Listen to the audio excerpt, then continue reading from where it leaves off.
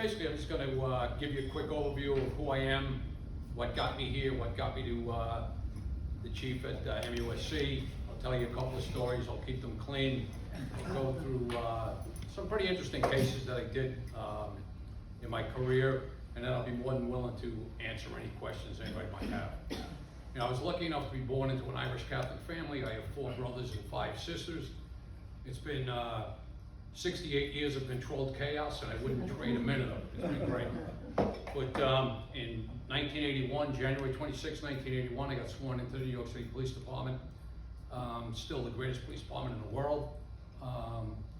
Did 6 months in the academy, got out, went to Chinatown. And I worked there for 3 years, and I have a lifelong aversion to Chinese food. But I did that. I got married to Pat, married way over my head. We moved out to eastern Long Island, and it was a 78-mile commute to Chinatown, so I had to figure out a different way. So I got myself transferred out to South Jamaica in Queens, and I worked there for a while. And then in 1988, they gave a sergeant's test, and being an Irish Catholic, I was rapping out kids pretty quick, so I needed a pay raise. So I started studying for sergeant, and 18,000 people took the test. I wound up number 81 on the list. So even a guy like me figured, you know, I might even be able to make lieutenant. So the police department came out with a rule: to make sergeant, you had to have an associate's degree. To make lieutenant, you had to have 96 credits. To be a captain, you had to have a bachelor's degree. So I was your typical blue-collar kid. I got out of high school. I never went to college, and I became a cop. So I needed an associate's degree to get promoted. So I go back to school, get my associate's degree, and the smart person in our relationship says, you know, you might as well stay in school because you can get your bachelor's degree and continue. So I did that. I got my bachelor's degree. I make sergeant. They sent me to the 79th precinct, and I'll confess to you, I didn't even know where the 79th precinct was when I got transferred there. It's in Bedford-Stuyvesant. It's on Throop Avenue. So the New York City, in all of its wisdom, what they do is when you get promoted, they move you to a precinct for 6 months because they know you're going to make a bunch of mistakes. Then they transfer you out, and they hope that your mistakes stay behind you. So I got transferred to the 7.5, which Martin McNulty's a graduate of the 7.5. But in New York City, and New York City Police Department is the acronym capital of the world. Everything is an acronym. And if you know the precincts, everything up to the 19th precinct, the 1st, the 5th, the 6th, the 7th, they all go by the number. As soon as you get to the 20th precinct, the vernacular changes. It becomes the 2-0, the 2-5, the 2-8, the 3-0, the 3-4, and the 7-5 would be the 75th precinct, but it's known as the 7-5. So I was a sergeant in the 7-5, and at the time it was a real hop and spot. I mean, we had 135 murders in 1 year, and it's only 7.1 square miles. So it was a busy joint. So I did that for a while, and I got transferred into the narcotics division. And I went to Brooklyn South Narcotics because in New York City, the boroughs are broken up, and the bigger boroughs, Manhattan and Brooklyn and Queens, were broken up into Manhattan North, Manhattan South, Brooklyn North, Brooklyn South, and Queens North, Queens South. So I was in Brooklyn South Narcotics. I did that for a little while, and then thanks for Joe Biden, he passed a law to enhance criminal penalties for crack cocaine. It was pretty much started on the West Coast, but crack was driving people crazy, and it was killing people left and right. Because what crack cocaine really is if you were doing cocaine prior to crack, you'd have to buy it by the gram. And at that time, it might have been $100 a gram, $125 a gram. And the average person didn't just have $125, they could go buy a gram of cocaine. So you could buy vials of crack for $5 to $10. So it opened it up to the masses, and there was a lot of money being made. So once money's being made, a lot of people wind up dead. So they passed this law, and when they passed the law to enhance penalties, they started what's called, the first acronym I'm going to throw you, HIDTA Task Force. The HIDTA Task Force stood for High Intensity Drug Trafficking Areas. And they started one in New York City, one in South Jersey around Philly, one in Miami, and then a couple more around the country, including one on the southwest border. And I did that for a number of years, really did some just unbelievable cases. And I'll point out one quick one here. I got transferred into the HIDTA Task Force in early 1993. And we did the team I supervised, the Dominican drug traffickers. So in the hierarchy of drug trafficking in New York City, if you were dealing with cocaine, the Colombians were the wholesalers, the Dominicans were the retailers. So that's kind of, I was working what would be considered retail cocaine traffickers. So on December 2nd, no, excuse me, let me get this correct. On March 10th of 1993, an undercover cop who's working in Manhattan South Narcotics, he goes into a storefront on the Lower East Side of Manhattan. And he goes in to negotiate a deal. He had been there before, he had bought a couple of guns in the past. He goes in to negotiate a deal to buy 4 pounds of marijuana and multiple guns. He's gonna pay $10,000 for this deal. The guy's name was Louis Lopez. Great detective, he's acting as an undercover. He goes in, talks to the guy, okay, 10,000, 4 pounds of pot, 3 guns. All right, I'm gonna go back to my car to get the money. He goes back to get the car, back to the car to get the money. But the storefront was set up that you couldn't get in unless they buzzed you in. They had a big steel door, you couldn't get in. So the field team decides, okay, we'll send Louis back. They'll buzz the door to let Louis in, he'll hold the door open, and the rest of the field team will come charging in, we'll lock the guys up. Well, Louis goes there, he's got no identification on him as a police officer. He's a relatively dark-skinned male Hispanic. They buzz the door, he walks in. The bad guys are thinking, hey, he's got our 10 grand. He walks in, the field team's running behind him. He pulls out his gun, announces police. They don't believe him, they shoot him. So Louis dies. They lock up the guys right away. One of the guys' name was David DeGandia. So about 3 months later, I get a phone call from the DA's office saying, hey, this guy DeGandia's got a pretty pristine record. He's got a couple of marijuana arrests, and that's it. Really no violence in his past, and he's gonna claim that this was a self-defense shooting. He was, he saw guys with guns. He saw this guy, Louis Lopez, who portrayed himself as a bad dude, and he came in with a gun, so I shot him. I was protecting myself. So the DA didn't know what he had. He just said to us, look, DeGandia kind of hangs out on the Lower East Side of Manhattan, which was pretty much a haven for anarchists. There was all of these anarchists lived down there, and he kind of hung around with them. So they asked us if we could try to, we had names of some of their associates, and they asked us if we could try to see what kind of guy DeGandia really was. Did he have any record? Did he have anything that could help the case to prevent him from claiming this self-defense, which between me and you was a pretty strong argument for self-defense. But anyway, I had a guy working with me named John Scazzi, and Scaz was he was a kid like Leo. He grew up in an Italian family, and he was a character and a half, but a great guy. He looked like a homeless person. He had long hair, big beard. So Scaz, go down to the Lower East Side, spend some time down there. Let's try to get in with these anarchists. Let's see what we got going on.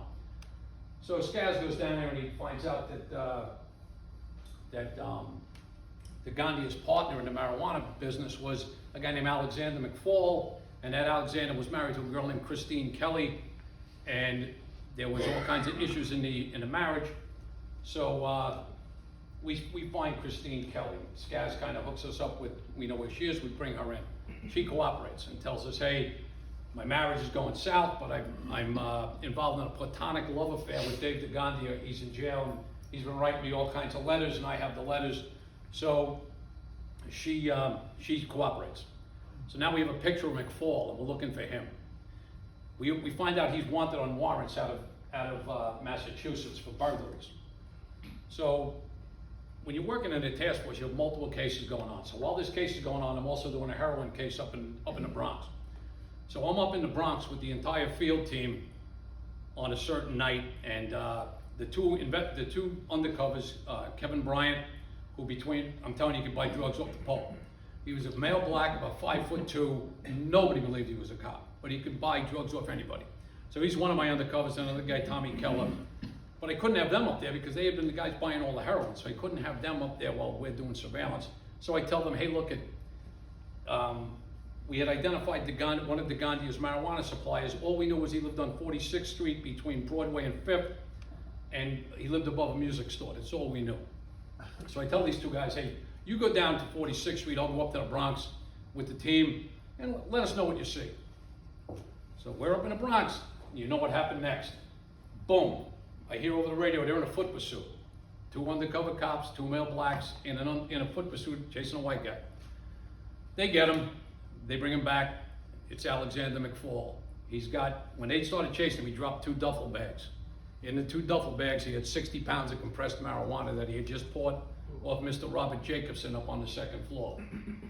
So we wind up getting a search warrant for Mr. Jacobson's apartment, and it was a scene out of a Cheech and Chong movie.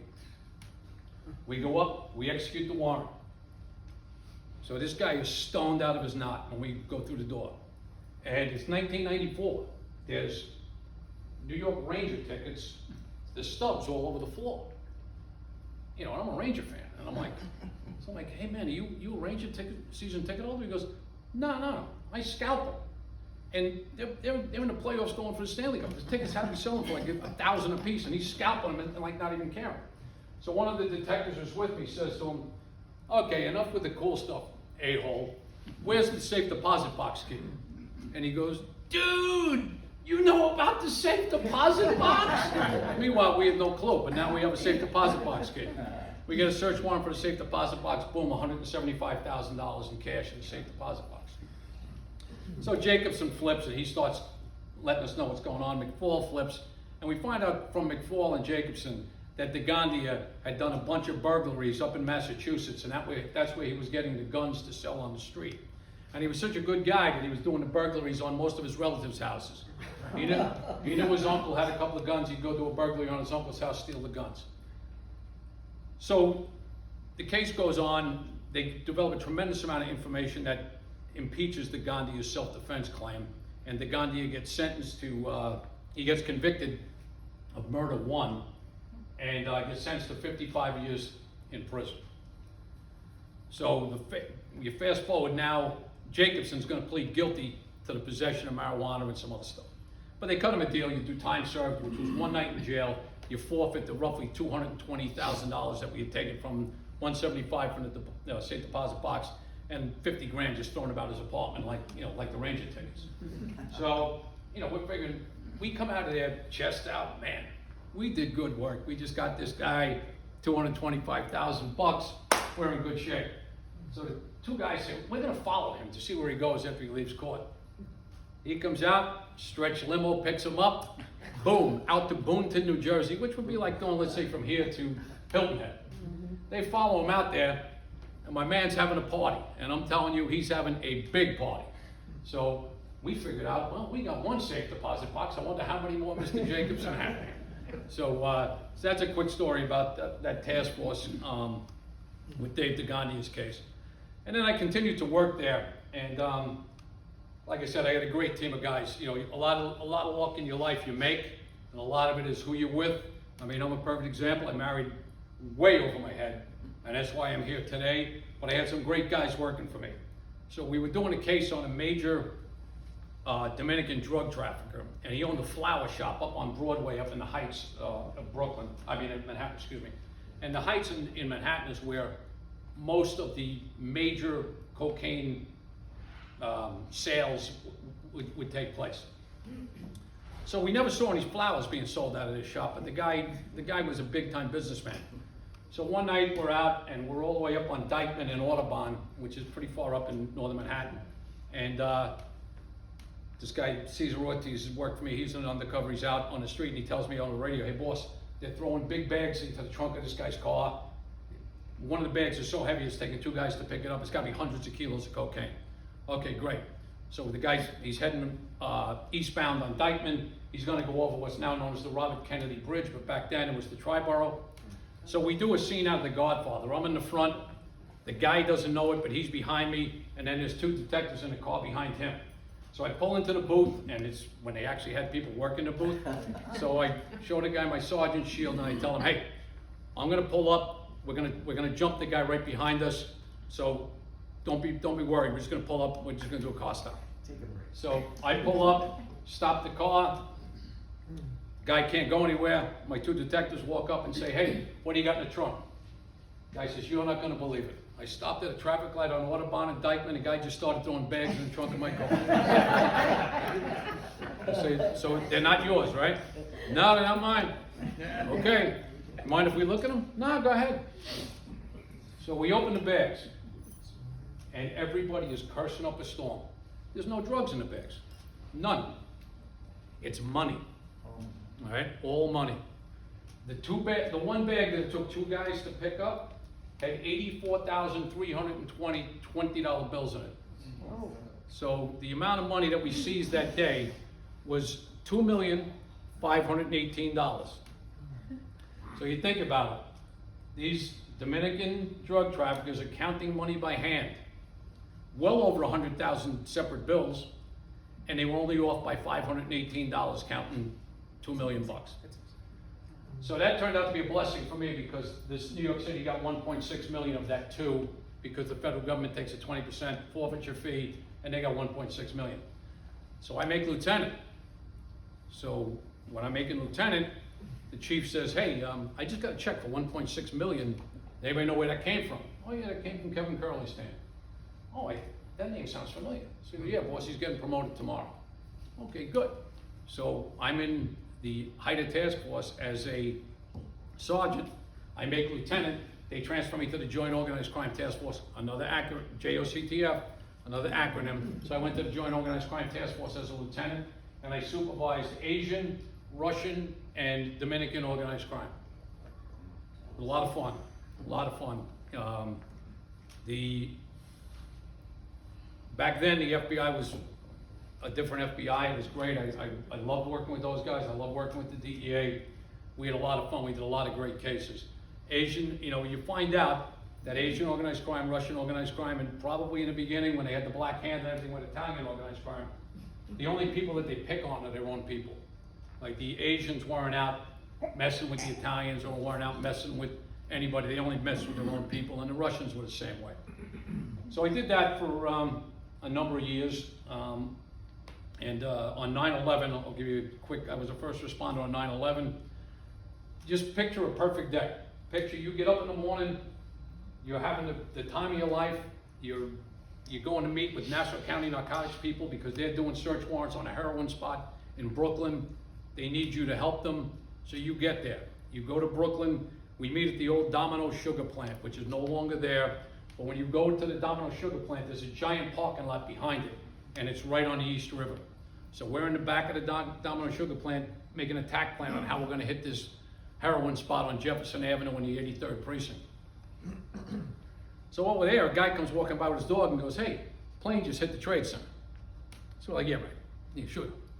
So I turn around, I see smoke billowing out of the Trade Center, so I got binoculars, I get on, and there's a radio station up in New York called 1010 Wins. You give us 22 minutes, we'll give you the world. So I turn it on right away, and they go, hey, a commuter jet just hit the Trade Center. So I'm looking at the binoculars, I'm like, that hole in that building is massive. I don't know if that could have been a commuter jet, but again, I'm no aviation expert, so I'm assuming that they're right. So we're trying to figure out, what do we do? Do we do the warrants in Nassau County? Do you want us down in Manhattan? But you can't get through on any phone calls. The switchboards are overloaded, you can't get through. We can't get down to one police plaza, so we don't know what to do. So while we're there, Nassau County decides they're not gonna do the warrants, so they leave, and we're trying to figure out what to do. And we actually see the second plane crash into the towers. So we say, the heck with this, we head downtown. We drive down, we park our cars at Manhattan South Narcotics, and then we walk about 15, 20 blocks to the Trade Center from where we parked. The first building's already down, and we're walking towards the location when the second building comes down. Legitimately, there's 25 to 30,000 people walking northbound, and I honestly felt like there was only 7 walking southbound. It was me and the 6 guys that were with me. Now, eventually you find out there were plenty of other people taking other routes, but at the time, your mind is playing all kinds of tricks on you. As I'm walking down Church Street, there's a jet engine laying in the middle of the street. And Church Street, for lack of a better term, if you were to compare it to a street in Charleston, it's like King Street. Just a regular street, nothing crazy, but there's a jet engine laying there. And everybody thought, we're going to be the guys who find the people that are going to come out of here alive. And we went down to the subway station, or it was actually the Path station below the Trade Center, and Path is a train that runs over to Jersey. And we get down there, and the platform is actually raised up from where it's supposed to be. It's like more than halfway up the train. And pretty soon we realized that there's not a lot of people to be found. Found a couple of, you know, deceased people and got them off the street and got them into ambulances and got them removed from the scene. And then I spent the next 30 days of my life down at the Trade Center trying, you know, looking, you know, it started out as a recovery mission and then just, you know, became, hey, look, let's see what we can find here, and it became evidence collection and things along those lines. So unfortunately, I had a couple of good friends of mine that passed away that day. Guys worked for me and then went into emergency service. And the emergency service guys, their motto is, you know, when people are in trouble, they call the cops. When cops are in trouble, they call emergency service. So that's what they did. That's what, you know, New York City was like. And a couple of the guys that I was pretty good friends with. One guy I actually tried to convince to come work for me when I was in the Joint Organized Crime Task Force. But he, you know, he was having too much fun, so he sort of stayed in emergency service. So they wound up passing away in that event. So it was a pretty tough time. But I went through that, and then in February of 2002, I made captain. And they sent me out to the 79th Precinct, which I had been in 1989 as a sergeant when I first made sergeant. And just to show you how the world changes, in 1989, when I made sergeant, the 79th Precinct looked like London in 1944. It was burned out, you know, the buildings were completely destroyed, it was insane. I go back there in 2002, it's filled with yuppies. All the buildings have been rebuilt. It's just a completely different neighborhood, and actually it was a pretty decent place to work. While I'm there, I do 6 months there as the executive officer. I get a phone call saying, hey, we'd like you to come back and be the commanding officer of the Joint Organized Crime Task Force. So I go back, you know, and there was a lot of questions on whether or not it was a smart move for me, because in order to get promoted and you know, above captain, there's no more tests. You know, you take a sergeant's test, lieutenant's test, captain's test. To get promoted above that, it's kind of, you know, it's kind of basically a political game. If you know the right people, you get promoted. If you do a good job, you'll get promoted. But the focus was on patrol. They wanted everybody who got promoted to stay on patrol, take a precinct, be a precinct commander, do a couple of years, and you make deputy inspector, then you make inspector, whatever. But you know, like I said a couple of times, when you marry over your head and you listen, things work out for good. So she convinced me, yeah, you know, we have 4 kids. I'd like to have you around a little bit. You know, when you're a precinct commander, you're gonna be working 75, 80 hours a week. If you go back to the Joint Organized Crime Task Force, you'll be working 40 to 45 hours a week. I'd like to have you around. So it's probably the only time she ever told me that, but it worked out. You know? So I go back, I'm the commanding officer of the Joint Organized Crime Task Force. And again, I'm having the time of my life. And I get called to a meeting and they tell me, hey, look, we're changing everything up. We're starting this thing called the Strike Force. And the Strike Force is going to be focused strictly on international narcotics trafficking. Because they said, look, the way we destroyed the mob in New York was we focused on the heads. We took out the heads of the 5 families, really destroyed the power of the mob in all the unions. So we're going to do that with narcotics traffickers. It's a great idea, it really is. But when you start thinking about it, you know, who's the head of the Colombian drug traffickers? Some general from the FARC revolutionary group in, you know, in the jungles of Colombia. You know, who's the head of the Chinese, you know, China white heroin group? They're not in New York, they're you know, somewhere in China. So it was a great idea and it was a lot of fun. I mean, what they did was if you had letters in your name, you went into this task force. It was the 3 heads of the task force I was from the NYPD, there was a guy named Donnie Ackerman from the FBI, and a guy named Chris Giovino from the DEA. We were the 3 heads. But we had IRS, we had Customs, we had New York State Police, we had New Jersey State Police, we had, you name them, they were in that task force. So it was a real good time, but I had gotten married in 1984. So in 2004, it was our 20th wedding anniversary. So my bride says to me, hey, you know, you're a history guy, and you know, we had gotten Money magazine, you know, and I found out later on, like most people get Money magazine, and people don't have any money. So we fit into that category. So they put the 5 best places to retire on the East Coast of the United States, and in no particular order, they were Wilmington, North Carolina, Charlotte, North Carolina, Charleston, South Carolina, Jacksonville, Florida, and Virginia Beach, Virginia. At that time, those are considered the 5 best places. So she says, let's go down to Charleston. Okay, we come down.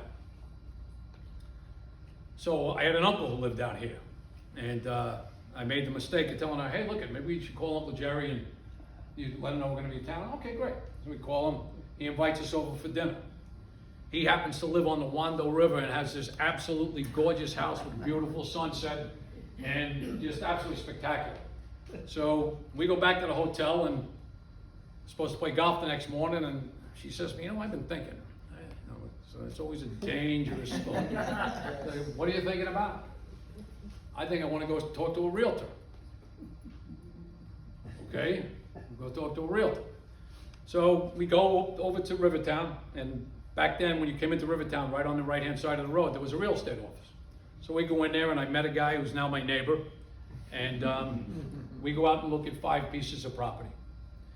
And mandatory retirement for the New York City Police Department is you're allowed to work until you're 62 and 364 days. You're not allowed to work on your 63rd birthday.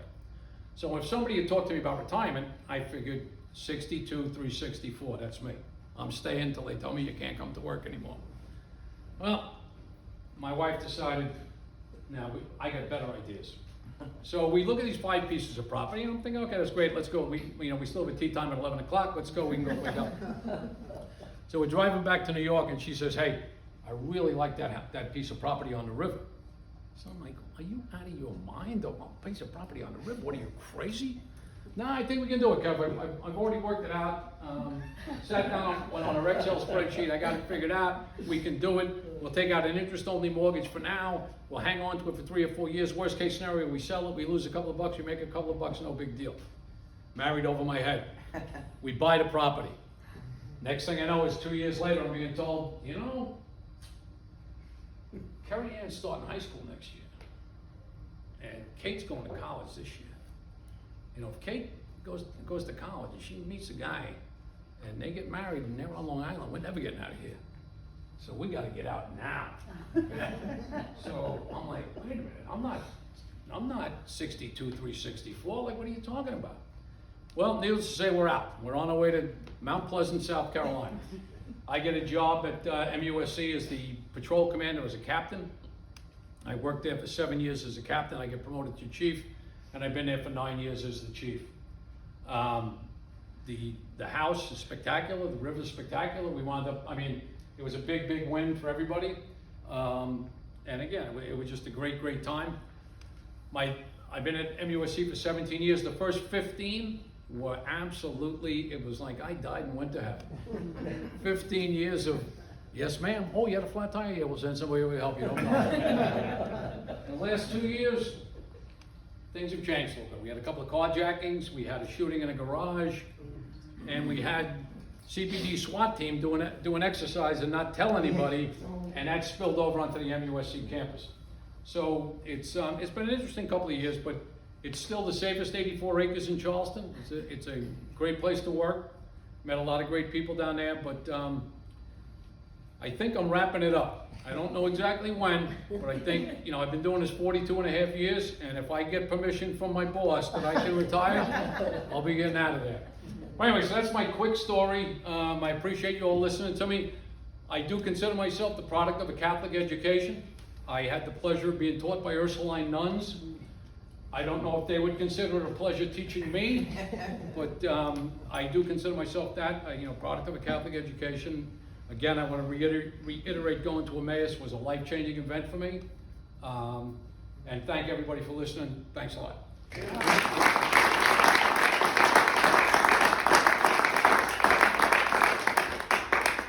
have a couple of minutes for any questions, and then we're raffling off a few things. Anybody? Yes, sir. First of all, thank you for your amazing service.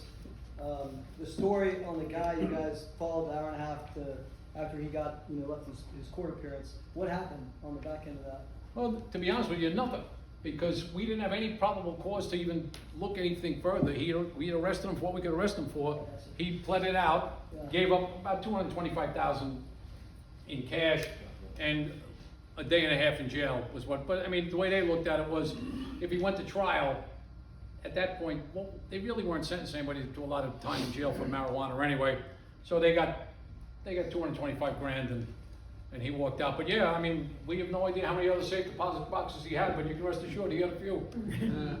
Can you discuss a little bit legalized drugs versus unlegalized drugs, handing out needles and pipes and things like that, and then also the border with the drug? I mean, I know that could be a 3-hour.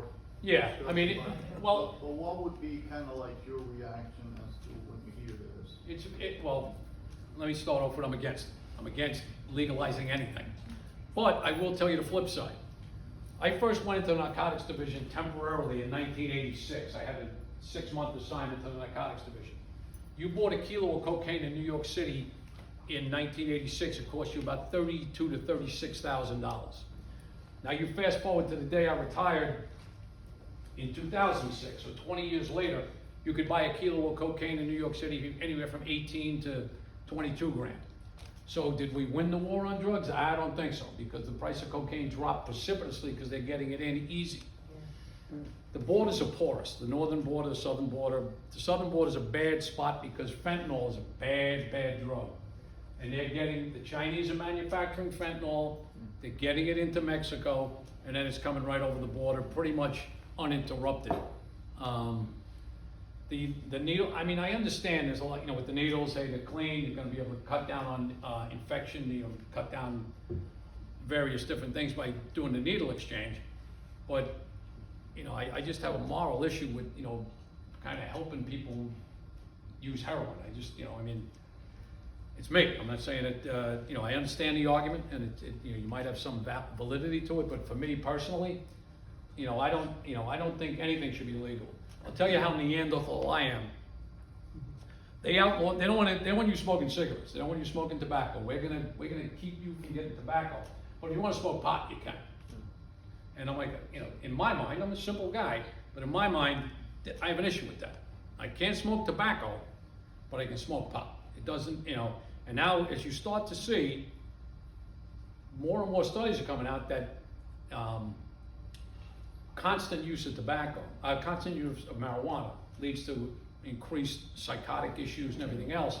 Because first of all, you're not using marijuana that from the the Cheech and Chong time. The marijuana that they're selling now is high potency marijuana, and it really has long-term effects on people's mental health and things like that. So, I'm coming at it from a law enforcement point of view, but I would say I'm against any legalization. Yeah, this is just a commentary. I got back from California last night, and one of the guys I was talking to, his son is an Uber driver of sorts. He drives around and he delivers cannabis instead of food. That's how they're handling it out in California. Yeah, it's crazy. I mean, I don't see any upside to legalizing it. But again, I spent my whole life, the last 17 years I was in the NYPD. I worked major narcotics traffickers, so I have a kind of a prejudice against that. May I ask one final question here, just because I know, but there has been so much in the news the last few years that has been so challenging to law enforcement. What would you say to a young man or woman who is interested in a career in law enforcement? It's a great career. It really is. But there are a lot of, law enforcement is like anything else. There are a lot of great people in it, but there's a lot of people that don't belong in it. A lot of people that don't have really shouldn't be doing what they're doing. But it's a great career. You really get a lot of satisfaction out of the career. But neither of my boys are cops. My oldest guy did tell me, hey, if they start me as detective, I'd be more than happy to take the job. But I told him it really didn't work that way. But neither one of my boys are cops. I didn't discourage them, but I didn't encourage them either. So it's a tough thing right now. I mean, I'll be honest with you. I'm down about 40% at MUSC, and it's the easiest job in America. I mean, it's a great job, but I can't get people to take that job because it's really hard to recruit people into law enforcement. The body camera, people were afraid of that when it first came out. It's the greatest thing that ever happened to cops. It gets them out of more trouble than it gets them into. But it's just like anything else. When you're changing the culture, you're changing the mindset. There's a lot of resistance. But in my experience, it was the greatest thing that ever happened to them because it gets them out of more trouble than it gets them into. Okay, One more question, thank you quick. so much. One more. Oh, one more? That's it. He said it was the last one. Okay. All right. Thank you.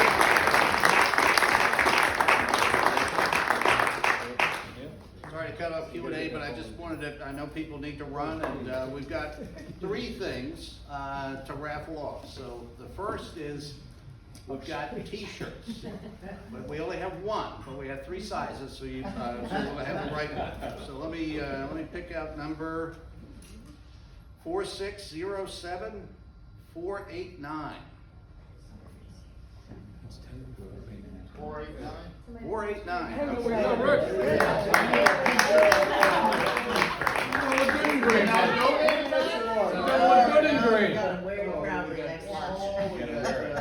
Extra large and large. There you go. No, you get this new one. All right, so the next one is for the Sullivan's Island Fish Fry, 4 tickets. That is 24 June. So, and let me just say, this is all courtesy of Fulcrum Staffing, so thank you, Jamil. Thank you. 4607496. All Oh,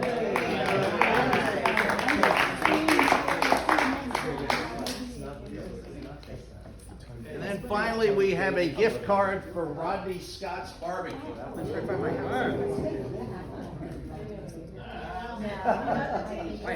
All right, so 4607480.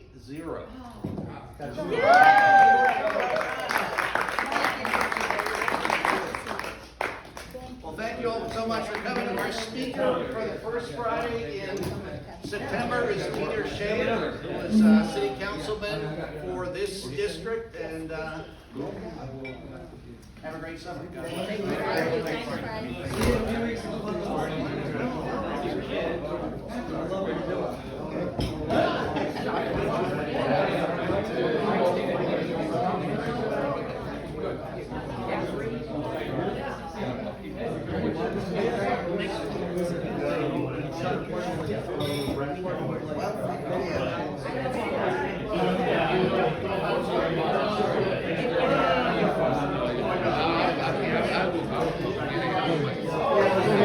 Kind of nothing.